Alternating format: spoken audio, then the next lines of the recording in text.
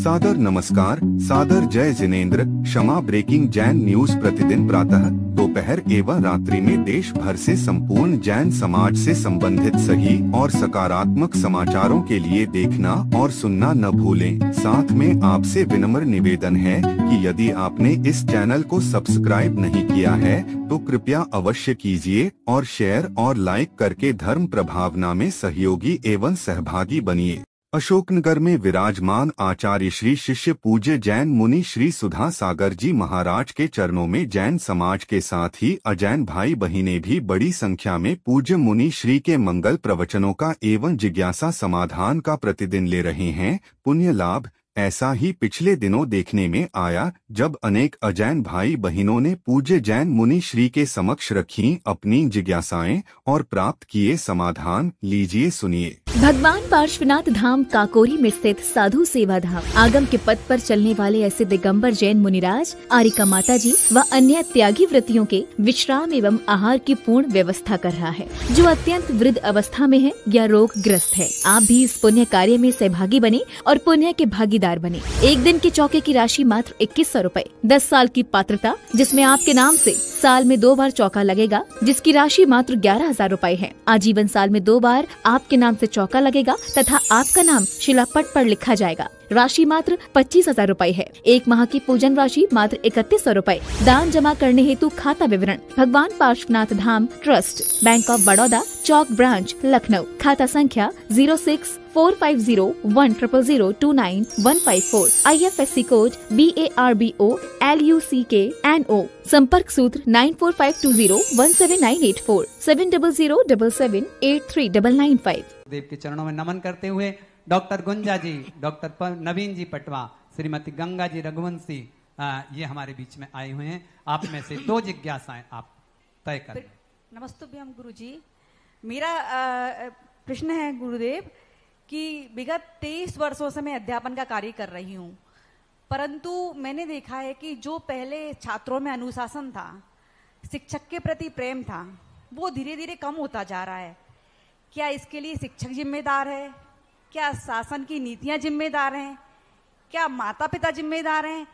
या ये जो वातावरण है वो जिम्मेदार है? गुरुदेव, मैं गंगा रघुवंशी। गुरुदेव, कहीं ऐसा उल्टा तो नहीं हो रहा है कि विद्यार्थियों की अपेक्षा इसके लिए टीचर जिम्मेवार हो?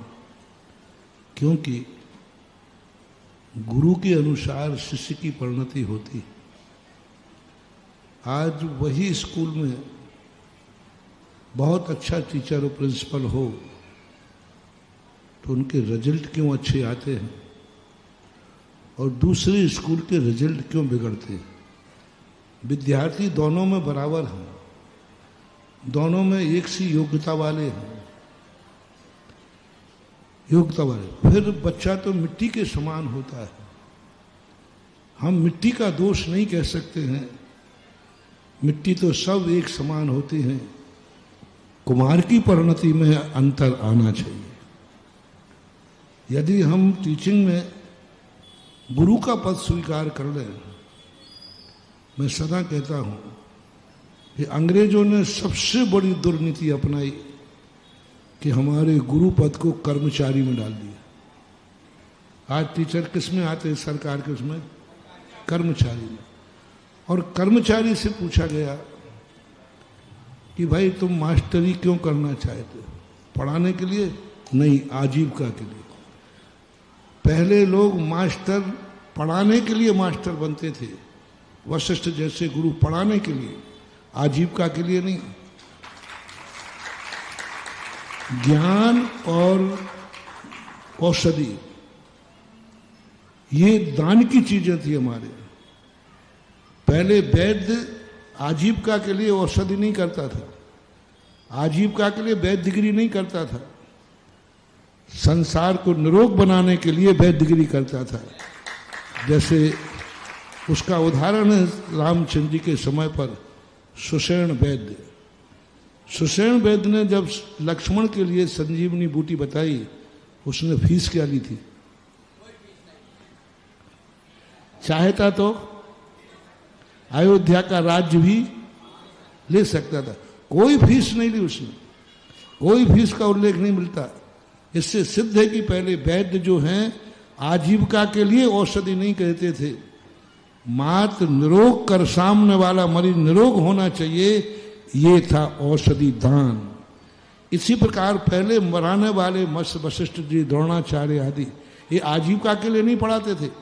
हमारे पास ज्ञान है, हम ज्ञान देना चाहते हैं, फिर उनको भेंट में जो मिलता था उससे आजीविका चलाते थे। आज किसी से भी पूछना कि वो मास्टरी पढ़ाने जा रहा है, उसका मूल उद्देश्य आजीविका, पढ़ाने के लिए नहीं जाता। पढ़ाना तो एक है, आजीविका है।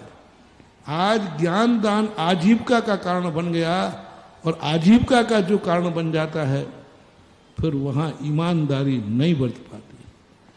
आप लोगों से मैं शेयर करना चाहूंगा, आपके लिए नहीं, सारे जगत के लिए। एक टीचर 5 घंटे स्कूल में पढ़ाता है वही सब्जेक्ट, और साल भर पढ़ाता है तो भी विद्यार्थी के अच्छे नंबर नहीं आ पाते, और 2 महीने 1 घंटे घर पे ट्यूशन पढ़ाता है, उसके नंबर अच्छे आ जाते।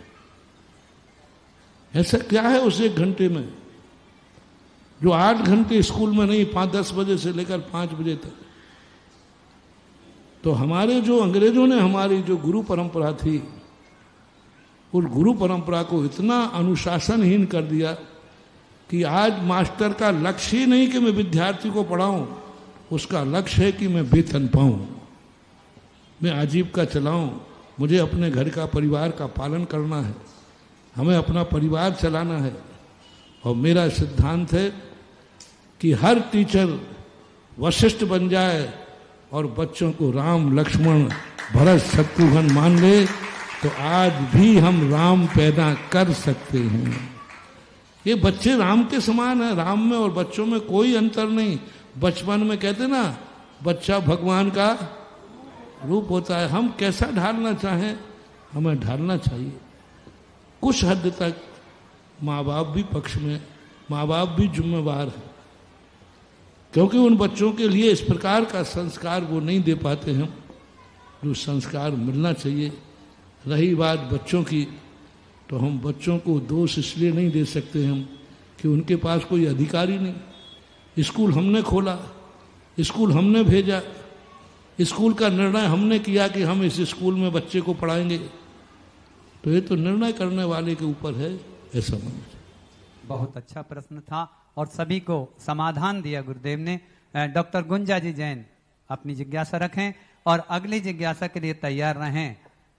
श्रीमान दिनेश जी गुप्ता जो अपने सहायकों, अपने मित्रों के साथ, अपने सहपाठियों के साथ यहाँ आए हुए हैं। बहन गुंजा को मेरा नमोस्तु छुल्लक तेरे को इच्छामी।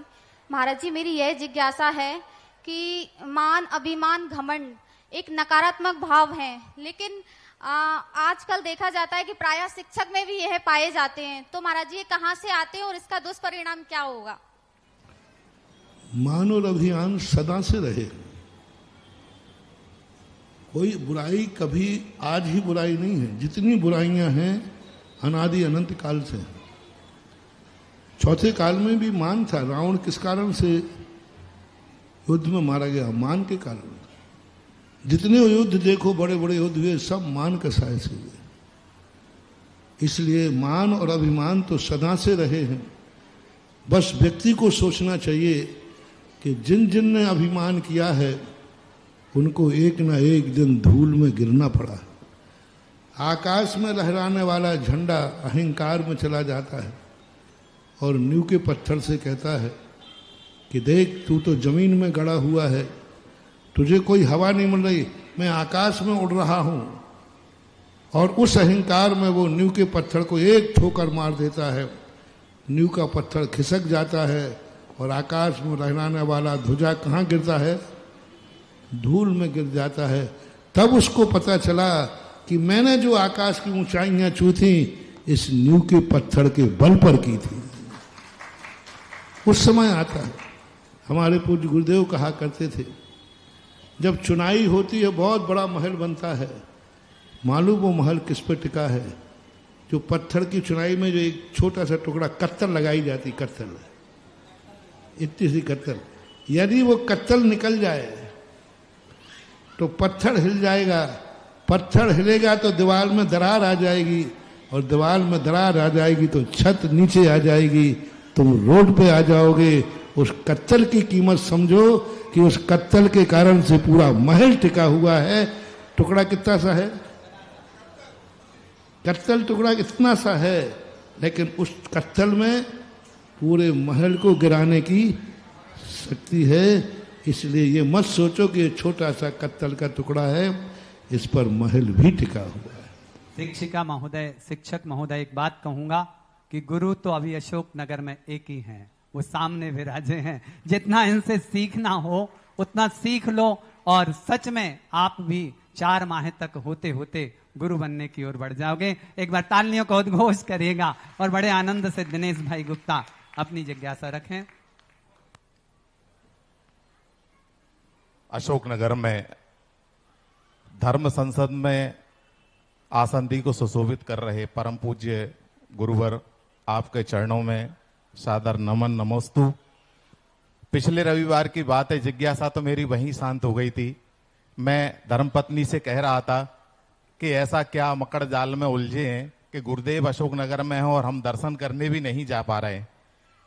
जैन नर्सिंग होम के सामने से आपका अकस्मात निकलना हुआ और 11 बजे का समय था, रविवार का दिन था। आपके दर्शन हुए तो आप तो अंतर्यामी हैं, हम सभी के मन की बात को जानते हैं। गुरुवर, एक प्रश्न बार बार मन में उमड़ता है कि वर्तमान में धर्म मर्म से भी ज्यादा महत्व धन को दिया जा रहा है, यह कहां तक उचित है? मेरी जिज्ञासा शांत करें। धन को महत्व सदा से देते आए। धन के बिना न राज्य चल सकता है, न संसार चल सकता है। बस धन का कोई दोष नहीं है। धन यदि धर्म से जुड़ा रहेगा तो धन भली गंदा है, गंदगी से आता है। मैंने अभी एक दिन प्रवचन दिया था, धन दौलत ये सब मान लीजिए गंदे हैं, गंदगी से आते हैं, कोई घबराने की जरूरत नहीं। गंदा है, गंदगी से मत डरो, बस उस गंदगी को खाद बना दो और खेत तक पहुंचा दो, धर्म लहरा उठेगा। खाद कभी अच्छा नहीं होता, गंदा ही होता है। बस इस गंदगी को, जो गंदगी है, इस गंदगी को मात खाद बनाना है, और खाद इस गंदगी को उठा करके कहां तक भेजना है? खेत तक भेजना है। फिर यही गंदगी तुम्हारी फसल को 100 गुना बढ़ा देगी। इसी प्रकार धन रूपी गंदगी, एक गंदगी से कमाया जाता है, सांची झूठी जो कुछ भी संसार में होता है। और ये धन आने के बाद लोग गंदे विचार करते हैं, कोई बात नहीं, बस धन रूपी गंदगी को धर्म रूपी खेत तक भेज दो, यही धन धर्म को आकाश की ऊंचाइयां पहुंचा देगा। यही धन, धन बुरा हो भला कहिए। धन नहीं है तो भी जिंदगी चलने वाला नहीं, बस धन किसके हाथ में है। हमारे पूज्य आचार्य महाराज ने एक बहुत अच्छी बात लिखी, जिस साधु के पास कौड़ी है, जिस साधु के पास कौड़ी भी है तो वो साधु कौड़ी का नहीं। जिस साधु के पास कौड़ी भी है वो साधु कौड़ी का नहीं, और जिस श्रावक के पास कौड़ी नहीं है वो श्रावक कौड़ी का नहीं। गृहस्थ की शोभा के लिए धन चाहिए, हर परिस्थिति में धर्म चाहिए। आज भगवान को बुलाना है तो मंदिर बनाने के लिए धर्म चाहिए, क्योंकि वो ऐसी सड़क पर तो बैठेगा नहीं। मंदिर के लिए धन चाहिए। भगवान को बुलाना है तो मंदिर बनाना है, गुरु को बुलाना है, बोल दो ना भाई, मैं क्यों बोलूं, ये पंडाल बनाना है। और लेकिन तुमने ये पंडाल गुरु को बनाया है कि तुमने अपने लिए बनाया है? बंटवारा सीधा सीधा हिसाब हो जाए, ये पंडाल मेरे लिए बना, बोलो मेरे हिस्से में कितना है और तुम्हारे हिस्से में कितना है। सारा पंडाल तुम कब्जा किए हो और नाम हमारे मारते हो, सारा प्रसाद स्वयं खा जाते हो और भगवान के नाम नरियल मार देते हो कि हमने भगवान भगवान को प्रसाद लेके गए, अब सही बताना भगवान को कितना सा भोग लगाया? थोड़ा सा। सारा कोई बात नहीं, भगवान के नाम से अपन खा रहे हैं। चलो महाराज के नाम का पंडा, क्योंकि तुम अपने नाम से लग नहीं सकता था, महाराज आपके नाम से लगा तो हमें बैठने को मिल गया। तो यही होता है। धन की जो स्थितियां हैं सदुपयोग करो। संसार को, गृहस्थी को मैं हमेशा कहता हूं, आप लोगों की गृहस्थी है, इसमें अच्छे बुरे सब कर्म करना पड़ते हैं, बस कुछ मत घबराओ, बस इसको खाद बना लो। अपनी जिंदगी को, अपने परिवार को, अपने धन को किसी ना किसी धर्म से जोड़ दो, बस तुम्हारा धर्म बढ़ता जाएगा और वो खाद तुम्हें नुकसान नहीं पहुंचाएगा, ये मानना चाहिए। गुप्ता जी, हमारे जैन श्रावक इस समय धन का सर्वश्रेष्ठ उपयोग कर रहे हैं। एक बार तालियां बजाइए जिन्होंने जिन्होंने गंज मंदिर में गुरुदेव की एक आवाज निकली 3-3 मिनट मिलते थे और 2.5 से 2.25 मिनट में लोग सामने आ जाते थे। उनका सम्मान करिएगा, आनंद मनाइए। और अगली जिज्ञासा रखेंगे नवीन जी पटवा, जो कि डिग्री कॉलेज से हमारे बीच में हैं, और उनके बाद जिज्ञासा रखेंगे आदरणीय निर्मल जी मिर्ची। परम पूज्य गुरुवर के चरणों में मेरा सादर प्रणाम। गुरुवर, मेरी एक जिज्ञासा है, प्रारब्ध क्या होता है, क्या इससे छुटकारा पाया जा सकता है? प्रारब्ध से छुटकारा क्यों पाना चाहते? क्योंकि प्रारब्ध ही तो हमारे लिए वर्तमान के लिए सहयोगी होता है। बस हम प्रारब्ध को अच्छा बनाएं।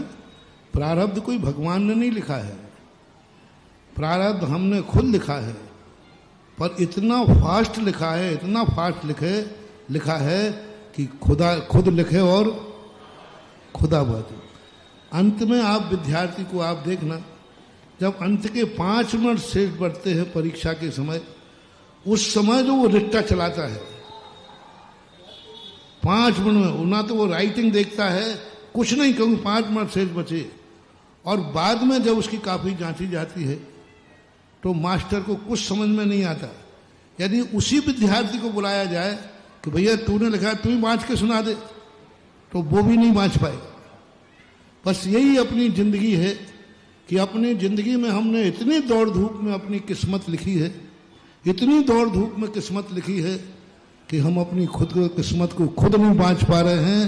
तो किस्मत हम खुद लिखते हैं और बाँचने के लिए कहते हैं, बाबा जी हमारी किस्मत बाँच दो, भगवान मेरी किस्मत बाँच दो। थोड़ा शांति से लिखो किस्मत, थोड़ा पहला समय व्यर्थ में मत गमाओ।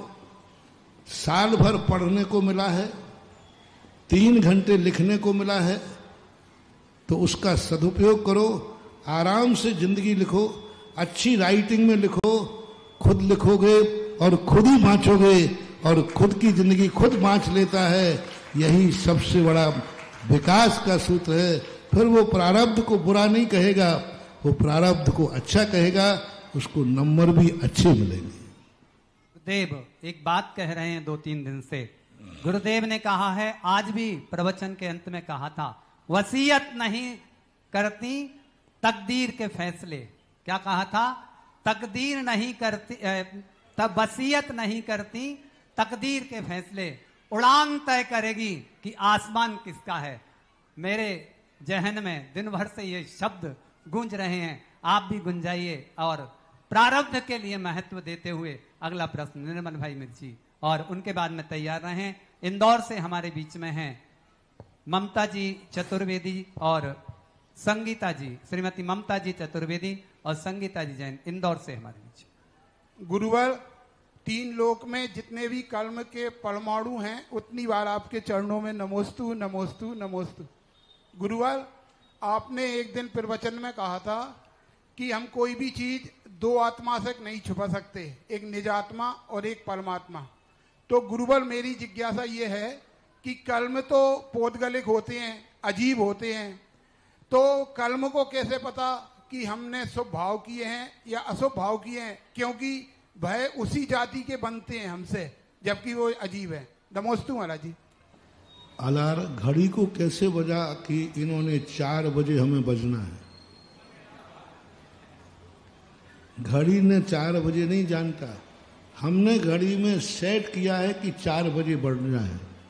तो 4 बजे बच जाता है। सेट हमें करना पड़ा। इसी प्रकार पुद्गल कर्मों को नहीं मालूम कि हमें किससे बनना है।